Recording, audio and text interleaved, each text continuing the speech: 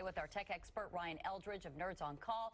Let's start, Ryan, with this fine against Google that it essentially manipulated search results. How damaging is this? This is pretty bad for Google, but this is the culmination of a 7-year investigation. And Google is no friend to the EU right now. They're under investigation for a couple other things, their AdSense platform, as well as how they regulate Android device manufacturers within the EU.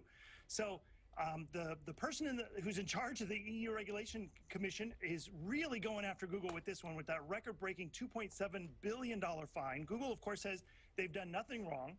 But what's at odds here is if you just searched for just about anything on the internet, some sort of product from shoes to air conditioner units, Google will put a shopper listing ahead of all the other search results. And that obviously takes up a lot of real estate, and people click those items rather than going down further in the results for places like Amazon or other popular shopping sites. So it gives Google sort of a leg up on the competition within their own search algorithm. And that doesn't seem really fair to people in Europe. So they're asking Google to explain exactly what it is, and this $2.7 billion fine is certainly going to bring them to the table. Yeah, you mentioned those other investigations, if you will, that are ongoing there in Europe. What is the EU trying to do here? Is it trying to curb the amount of clout that Google has there in Europe?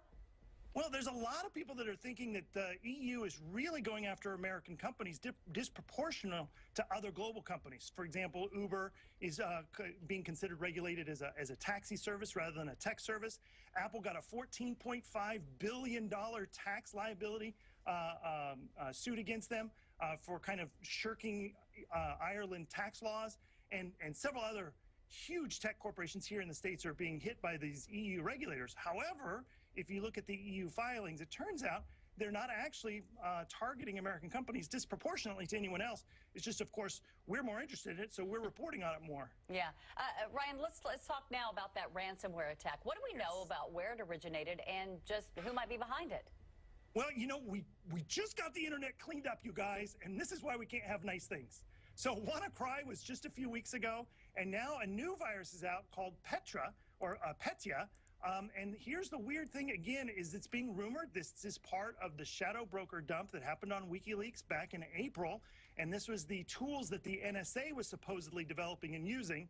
And this was taking advantage of a particular protocol in Windows, the codename External Blue, that would essentially propagate networks very quickly and go behind firewalls. And most often this virus is getting in through somebody's clicking on a link within a corporate network or downloading an email.